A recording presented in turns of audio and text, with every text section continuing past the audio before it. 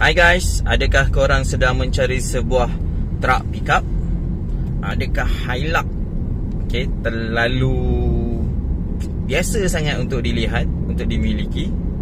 Ataupun kereta-kereta pickup yang lain terlalu biasa sangat di jalan raya dan tak terlalu eksklusif?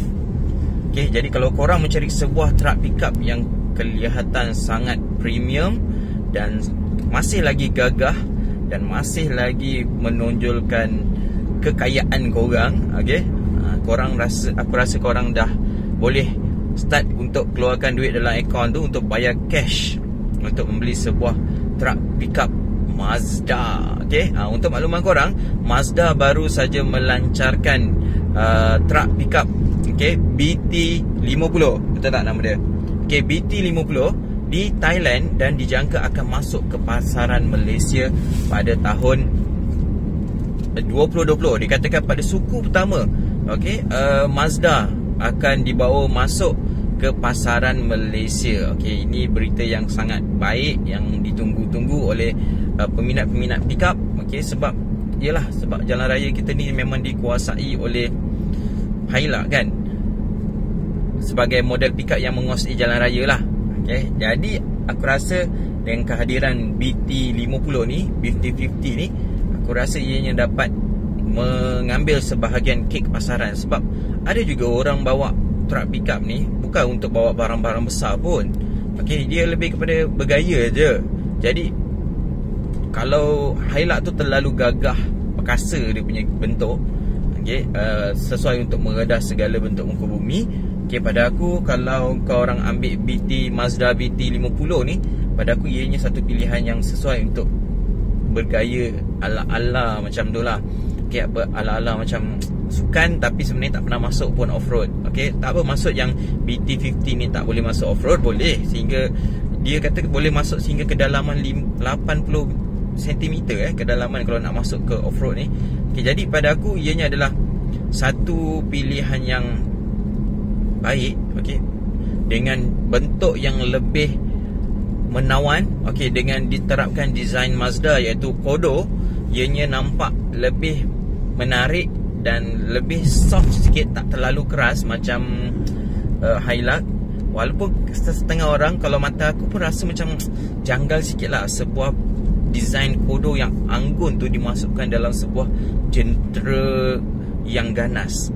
Jadi dia mungkin ada sedikit konflik kat situ pada aku, tapi masih okey lah pilihan kepada orang ramai yang nak sebuah kereta yang tak terlalu maskulin sangat. Truck pickup tapi tak nak terlalu maskulin. Jadi ini adalah satu pilihan yang baik pada aku kalau korang nak memilikinya. Tapi untuk makluman korang, sebenarnya Mazda BT50 ni sebenarnya dibangunkan di atas platform Isuzu D-Max, macam rebadge lah punya program, di mana daripada Isuzu punya D-Max disalin semula, masukkan design Kodo untuk melihatkan ianya menjadi sebuah Mazda BT50. Jadi bagaimana pula dengan enjin yang bakal ditawarkan? Dikatakan enjin yang bakal ditawarkan oleh Mazda nanti adalah dua jenis enjin, iaitu 3.0 liter yang dapat memberikan 3.0 liter Blue Power engine yang dapat menghasilkan 190 PS dan 450 Newton meter daya kilas. Manakala enjin 1.9 sama juga dengan Isuzu, gunakan Blue Power engine juga yang akan menghasilkan yang 1.9 liter ni adalah Blue Power DDI Turbo Diesel yang menghasilkan 150 PS dan juga 350 Newton meter. Manakala yang 3.0 liter tu Blue Power DDT saja, DDI saja, tanpa ada turbo diesel.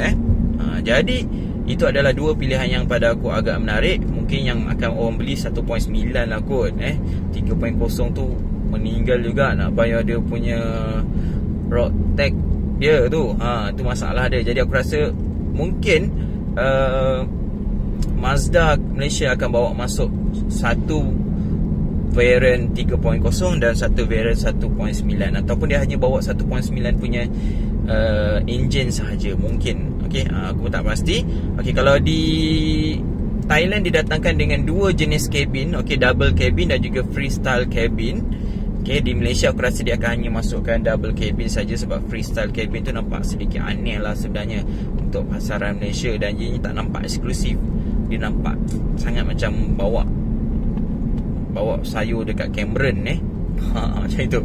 Okey, jadi transmisi kalau di Thailand datang dengan dua transmisi, iaitu 6 manual transmission dengan 6 automatic transmission. Jadi kalau di Malaysia ni, kalau ikut pengalaman aku, yang manual ni memang dah tak berapa nak boleh jual lah. Jadi mungkin dia akan hanya bawa 6 automatic transmission untuk pasaran Malaysia. Sebab yelah, aku percaya orang yang beli BT50 ni takkan bawa masa kebun lah kot. Okay, dia lebih kepada sebuah pickup yang nampak bergaya. Jadi tak perlulah manual agaknya kan. Okay, kalau kau nak yang masuk-masuk ni, kau beli yang lebih masculine lagi, kau beli Hilux ke. Okay, mungkin lebih sesuai. Okay, ataupun nak naik Cameron untuk angkat sayur ke, rasanya tak perlu kot pakai BT50 ni kan. Pakai je lah yang dah ada dekat pasaran tu. Kau guna yang tu pun okey sebenarnya kan. Okey, walaupun ianya sebuah truck pickup, ia masih lagi didatangkan dengan 7 dan 9 inci head unit, okay, atau display unit. Kemudian dari segi keselamatan, dia ada ABSM, RCTA, HDC, HLA dan 6 airbag. Okay. Di Thailand sebenarnya tiada lagi pengumuman harga dibuat, tapi dijangka harganya mestilah lebih mahal daripada Isuzu D-Max. Yalah, sebab ianya adalah sebuah kereta yang lebih premium daripada Isuzu D-Max. Okay, jadi kalau dekat Malaysia pun aku rasa harganya lebih mahal. Okay, untuk panduan korang, Isuzu D-Max di Malaysia dijual bermula RM80,000 untuk versi low spec dan manual, manakala untuk versi high spec adalah RM121,000 untuk pasaran Malaysia untuk versi D-Max. Jadi aku rasa kalau dia datang dalam logo Mazda, okay, harganya mungkin akan bermula RM100,000 hingga RM150,000 lah. Sebab Mazda ni, dia punya cara perniagaannya sekarang dah lain. Dia dah tak ada dah nak beat harga dengan jenama-jenama Jepun lain. Dia lebih kepada nak menghasilkan kereta yang dia berkenan. Kalau kau nak beli, tak nak beli, sudah. Okay, itu je. Sebab tu kalau korang pergi ke Mazda showroom pun, tak ada apa-apa pun rebate yang mereka tawarkan kepada korang. Okay, mereka memang tak gila sale lah. Maksudnya tak beria-ria lah menawarkan macam-macam supaya korang beli produk mereka ni. Okay, mereka sangat jaga exclusivity mereka tu. Okay, jadi apa lagi aku boleh cerita kat sini? Okay, walaupun dia ambil D-Max punya